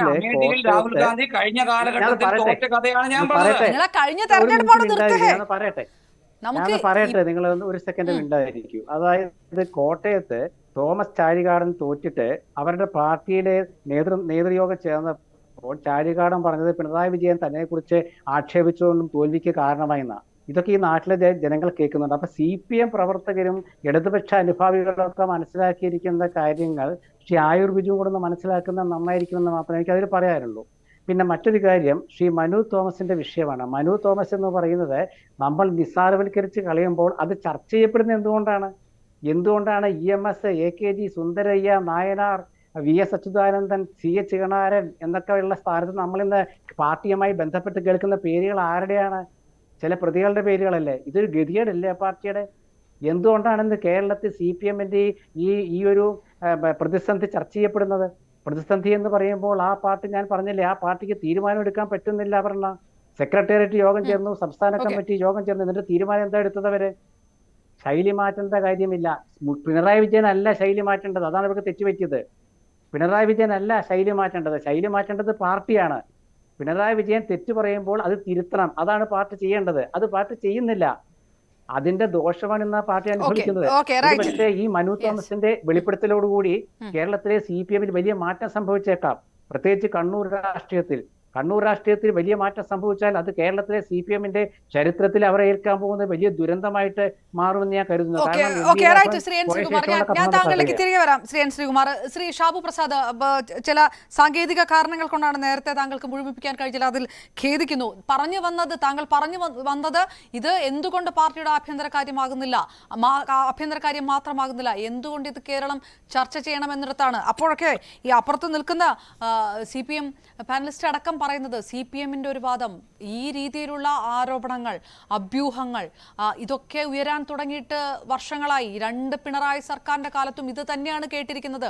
പുറത്തിറങ്ങി നിന്ന് വിമർശിക്കുക, ഈ രീതിയിലുള്ള ആരോപണങ്ങൾ ഉന്നയിക്കുക, ജനത്തിന് കാര്യങ്ങൾ വ്യക്തമായി തിരിച്ചറിയാം. അതുകൊണ്ട് ഇത്തവണ ഈ ആരോപണങ്ങൾക്ക് മറുപടി പറയേണ്ട ബാധ്യതയില്ല എന്നുകൂടി കണക്കാക്കുന്നു. അതുകൊണ്ടാണ് മിണ്ടാത്തത്, മുഖ്യമന്ത്രി മിണ്ടാത്തത്, പാർട്ടി സെക്രട്ടറി മിണ്ടാത്തത്, കണ്ണൂർ ജില്ലാ നേതൃത്വം ഈ വിഷയത്തിൽ മറുപടി പറയാത്തത്. അത് കൺവിൻസിംഗ് ആണ്. അല്ലെന്നേ, കൺവിൻസിംഗ് ആയിട്ട് മറുപടി പറയാൻ ഇല്ലാത്തത് കൊണ്ട് തന്നെയാണ് അവർ മിണ്ടാത്തത്. മൗനം വിദ്വാനുഭൂഷണം എന്നുള്ള ആ ഒരു തീരുമാനമെടുത്തിരിക്കുന്നത്. പിന്നെ ഈ CPM എന്ന് പറയുന്ന പാർട്ടി കുറ്റകൃത്യങ്ങളുടെ ഭാഗമാകുന്നു, കുറ്റകൃത്യങ്ങളിൽ ഏർപ്പെടുന്നു, ഇങ്ങനെയുള്ള കാര്യങ്ങൾ ചെയ്യുന്നു എന്നുള്ളത് ഈ കേരളത്തിനെ സംബന്ധിച്ചുള്ള ഒരു സർപ്രൈസിങ് ന്യൂസാണോ? ഇത് ആരെങ്കിലും അത്ഭുതപ്പെടുത്തുന്നൊരു കാര്യമാണോ? ഇവിടെ കിഴക്ക് സൂര്യൻ ഉദിക്കുന്നു, പടിഞ്ഞാറ് അസ്തമിക്കുന്നു എന്ന് പറയുന്നത് പോലെ വളരെ സ്വാഭാവികമായി നടക്കുന്ന ഒരു കാര്യമാണ് CPM എന്ന് പറയുന്ന പ്രസ്ഥാനം ഇതുപോലെയുള്ള കുറ്റകൃത്യങ്ങളിൽ ഏർപ്പെടുന്നു, ഇതുപോലുള്ള കുറ്റകൃത്യങ്ങളുടെ ഭാഗമാകുന്നു എന്നുള്ളത്. CPM കുറ്റകൃത്യങ്ങളുടെ ഭാഗമല്ലെങ്കിൽ അതാണ് അത്ഭുതം, അതാണ് ഇവിടെ ചർച്ചാ വിഷയമാകേണ്ടത്. ഇതൊരു ചർച്ചാ വിഷയമല്ല, ഇതൊരു അത്ഭുതവുമല്ല. ഇപ്പം ഒരു കാര്യം ഒന്ന് ആലോചിച്ച് നോക്കൂ.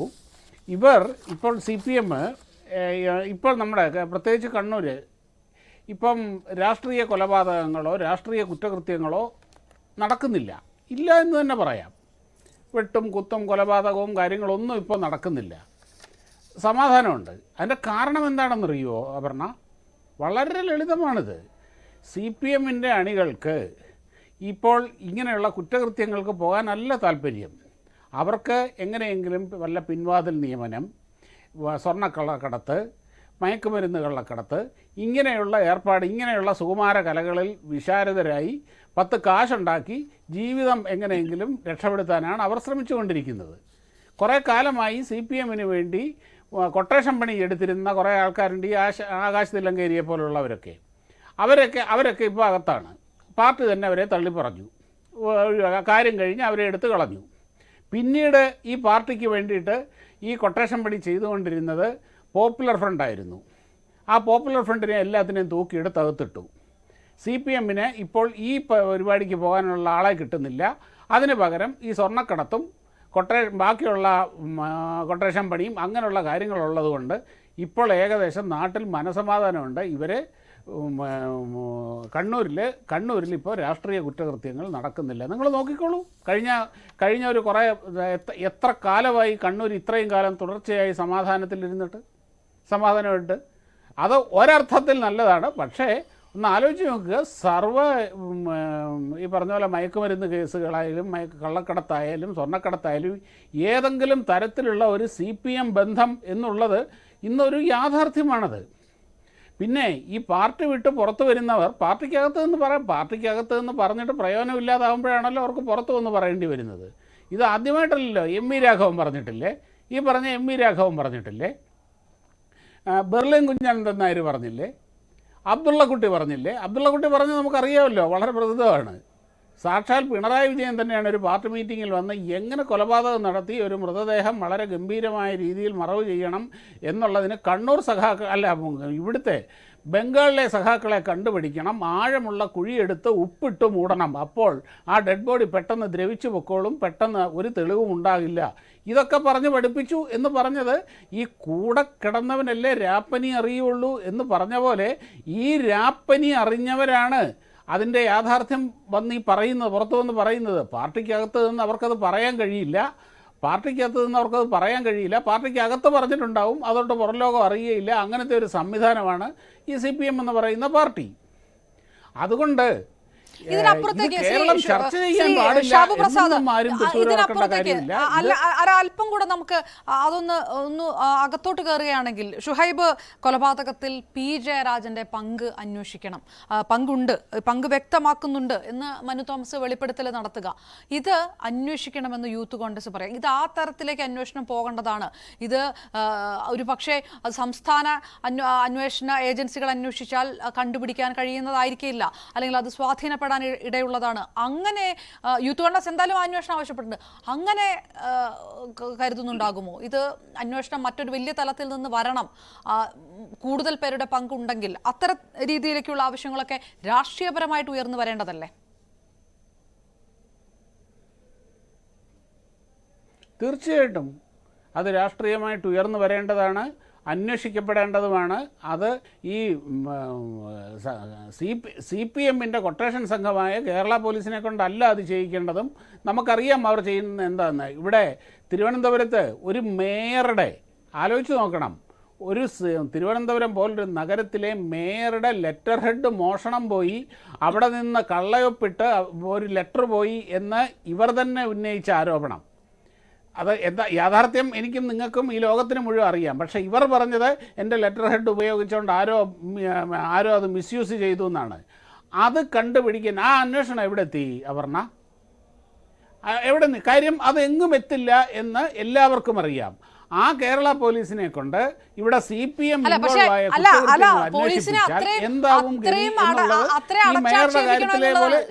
ശ്രീ ഷാബു പ്രസാദ് നേരത്തെ ആയുർബിജും പറഞ്ഞില്ലേ, ഈ പോലീസ് ഈ വിഷയത്തിനകത്ത് പോലീസിനെ അല്ല ഞാൻ അടച്ചാക്ഷേപി മനു തോമസിന് സംരക്ഷണം കൊടുക്കുന്നുണ്ട്. ഞങ്ങളിതാ സംരക്ഷണം കൊടുക്കുന്നു. ആഭ്യന്തര വകുപ്പ് ഇടപെട്ട്, പോലീസ് ഇടപെട്ട്, കണ്ണൂർ SP ഉത്തരവ് പറയുന്നു മനു തോമസിന് സംരക്ഷണം കൊടുക്കാൻ. കേരള പോലീസിൻ്റെ കാര്യക്ഷമതയെ പറ്റിയൊന്നും ആർക്കും സംശയമൊന്നുമില്ല. നല്ല ഒന്നാന്തരം പോലീസ് തന്നെയാണ്. പക്ഷേ അത് CPM-ന്റെ ആഭ്യന്തരമന്ത്രിയുടെ കീഴിലുള്ള പോലീസ് ആകുമ്പോഴാണ് ഈ പ്രശ്നം. വേറെ ഒന്നുമില്ലാതെ കേരള പോലീസിൽ നല്ല മിടുമിടുക്കന്മാരായ ഓഫീസേഴ്സ് ഉണ്ട്, നല്ല ഒന്നാന്തരം പോലീസ് സേനയാണത്. അത് പലവട്ടം തെളിയിച്ചിട്ടുള്ള കാര്യവുമാണത്. പക്ഷേ CPM ഉൾപ്പെട്ട, ഭരണകക്ഷി ഉൾപ്പെട്ട കേസുകൾ വരുമ്പോൾ ഈ പോലീസ് സമ്മർദ്ദത്തിലാവുകയാണ്. അവർക്ക് വേറെ നിവൃത്തിയില്ല. അവർ ഇവരുടെ കൊട്ടേഷൻ പണി എടുക്കാനും ഇവർ പറയുന്ന കാര്യങ്ങൾ ചെയ്യാനും നിർബന്ധിതരായി മാറുകയാണ്. ആ സാഹചര്യമാണ് ഇവിടെ നിലനിൽക്കുന്നത്. അല്ലാതെ ഞാൻ പോലീസ് സേനയെ അല്ല പറഞ്ഞത്. ഈ പോലീസ് സേന എത്തിപ്പെട്ടിരിക്കുന്ന ആ ഒരു ദുർഗതിയുണ്ട്, അത് കേരളത്തിൻ്റെ ദുർഗതിയാണത്, കേരളത്തിൻ്റെ ഗതികേടാണത്. ഇനിയും ഇവരൊക്കെ പറയുന്നല്ലോ, അങ്ങനെയാണെങ്കിൽ CPM 2 പ്രാവശ്യം തിരഞ്ഞെടുക്കപ്പെട്ടില്ലേ, 2 പ്രാവശ്യം തിരഞ്ഞെടുക്കപ്പെട്ടത് വലിയ ജനസമ്മതിയുടെ അംഗീകാരമല്ലേ, അങ്ങനെയല്ലേ ഇങ്ങനെയല്ലേ എന്നൊക്കെ പറയുന്നു. ഇതേ ആനുകൂല്യം ഈ ആയുർബിജുവിൻ്റെ പാർട്ടിയും ഇവരും നരേന്ദ്രമോദിക്ക് കൊടുക്കുമോ 3 പ്രാവശ്യം തുടർച്ചയായി തിരഞ്ഞെടുക്കപ്പെട്ടതിന്? ഈ തുടർച്ചയായി തിരഞ്ഞെടുക്കപ്പെട്ടു എന്നുള്ളത് വിമർശനത്തിന് അതീതമല്ല, ചെയ്യുന്ന എന്ത് തോന്നിവാസത്തിനും ന്യായീകരണവുമല്ല. അത് സത്യത്തിൽ ഈ തെരഞ്ഞെടുത്ത ജനങ്ങളെ പറ്റിക്കലാണ്, തെരഞ്ഞെടുത്ത ജനങ്ങളെ വഞ്ചിക്കലാണത്. അത് പറയും, അത് ചൂണ്ടിക്കാട്ടും, അത് ഈ നാടത് ചർച്ച ചെയ്യുകയും വേണം. അതാണ് വേണ്ടത്. അല്ലാതെ ഞങ്ങളെ 2021 വീണ്ടും തിരഞ്ഞെടുത്തു, ജനങ്ങൾക്കറിയാം. ഇവരാരാന്ന് ഈ ജനങ്ങളുടെ കാര്യം പറയാൻ? ഞാനും കൂടെ ഉൾപ്പെട്ടതാണ് സാർ ജനമെന്ന് പറയുന്നത്. ഞാനും അപർണയും ശ്രീകുമാർ സാറും എല്ലാവരും കൂടെ ഉൾപ്പെട്ടതായി ജനം എന്ന് പറയുന്നത്. അല്ലാതെ ദേശാഭിമാനി അല്ല ജനമെന്ന് പറയുന്നത്, അല്ലെങ്കിൽ AKG സെൻറ്റർ അല്ല ജനമെന്ന് പറയുന്നത്, അല്ലെങ്കിൽ ആയുർബിജു അല്ല ജനമെന്ന് പറയുന്നത്. അതുകൂടെ ആലോചിക്കണം. അതുകൊണ്ട് ഇവിടെ അത് ചോദ്യം ചെയ്യും. ഇത് യാതറിഞ്ഞ കാര്യം. ഇതിൻ്റെ അകത്ത് ഒരു കാര്യം ഞാൻ പറഞ്ഞു, കേരളത്തിലെ CPM-ന്റെ കുറ്റകൃത്യത്തിലുള്ള ഇടപാടുകൾ, അവരുടെ ഇൻവോൾവ്മെൻറ്റ്, അത് ഈ കേരളത്തിലെ വളരെ സാധാരണമായ, നിത്യസാധാരണമായ ഒരു നോർമലായിട്ടുള്ള കാര്യമാണത്. വളരെ നോർമലായിട്ടുള്ള കാര്യമാണത്. അത് ഇവിടെ ആരെയും അത്ഭുതപ്പെടുത്തുന്നതേയില്ല. ഓക്കെ, ആയുർബിജു, മറുഭാഗത്ത് നിൽക്കുന്ന രാഷ്ട്രീയ പാർട്ടികൾ പറയുന്നത് ഞങ്ങൾ ഇതൊക്കെ നേരത്തെ പറഞ്ഞതാണ്, ഞങ്ങൾ ഈ കൊട്ടേഷൻ ബന്ധങ്ങളെ കുറിച്ചൊക്കെ ഞങ്ങൾ നേരത്തെ പറഞ്ഞതാണ് എന്ന് പറയുന്നിടത്ത് ആ ആരോപണത്തിന് മുന്നിലെങ്കിലും എന്താണ് സത്യാവസ്ഥ, ഇത് ഇങ്ങനെയല്ലെങ്കിൽ അതെങ്ങനെയാണ് എന്ന് വിശദീകരിക്കേണ്ട ഒരു ബാധ്യത ഈ എന്ന് പറഞ്ഞുകൊണ്ട് അവസാനിപ്പിക്കാൻ കഴിയുമോ CPM സംസ്ഥാന സെക്രട്ടറിക്ക്? ജനങ്ങൾക്ക് മുന്നിലേക്ക് ഷാബു പ്രസാദ്, CPM-നെ കുറ്റകൃത്യങ്ങളുടെ പാർട്ടി എന്ന നിലയിലേക്ക് ഒരു വാചകം ഉപയോഗിച്ചു. CPM ഉള്ളതുകൊണ്ടാണോ മിസ്റ്റർ ഷാബു പ്രസാദ് ഗുജറാത്തില് ബിൽക്കീസ് ബാനുവിന്റെ അടിവയറ്റിലേക്ക് ശൂലം കുത്തിക്കയറ്റിയത്? ആണാ? അല്ലല്ലോ.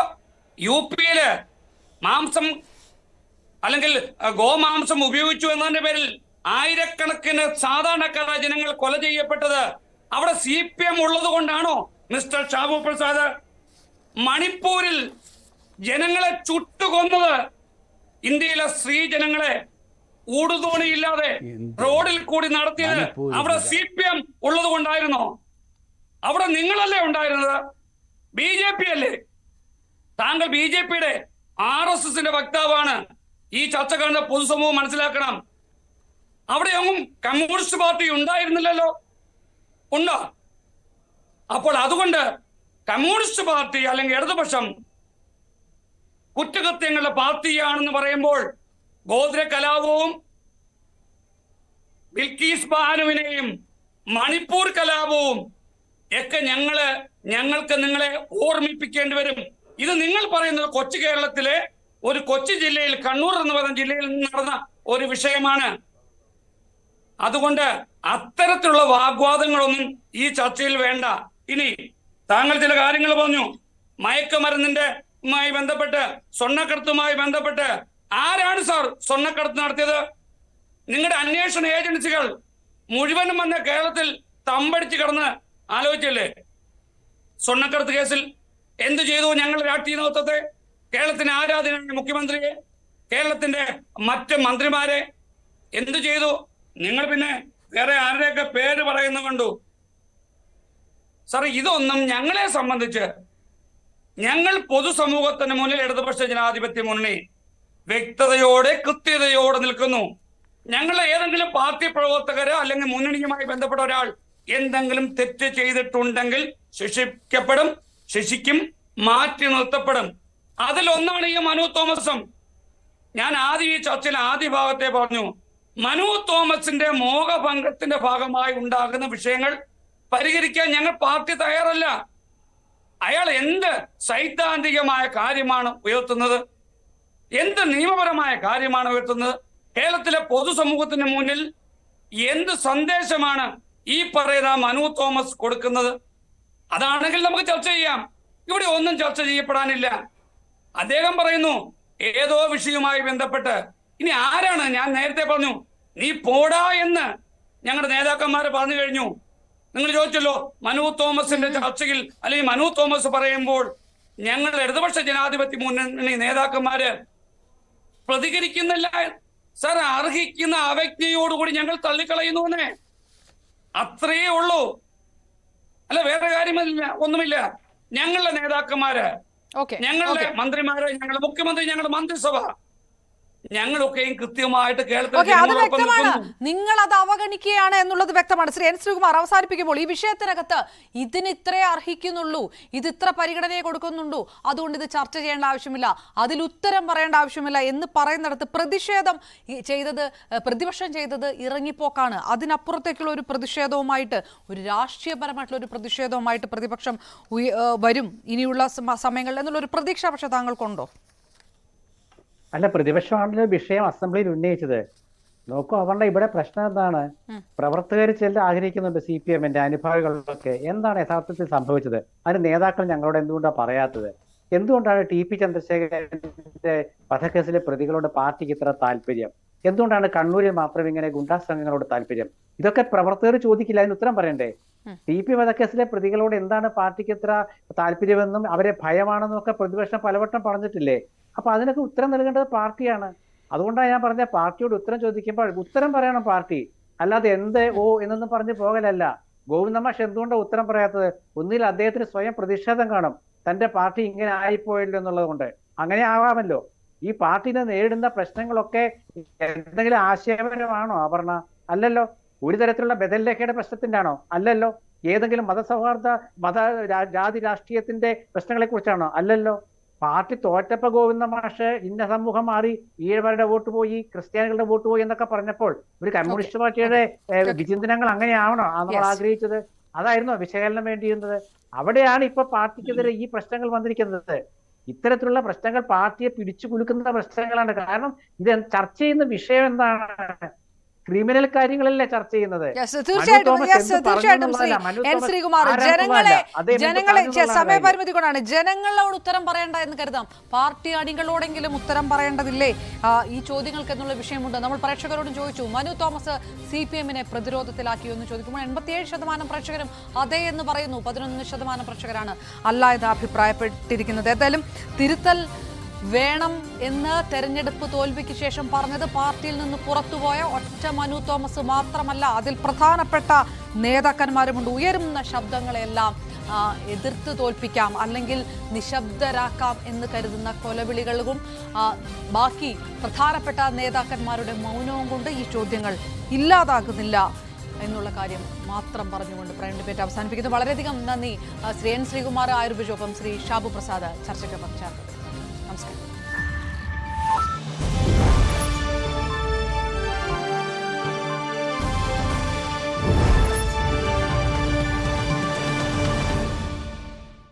രണ്ട് പ്രതിപക്ഷ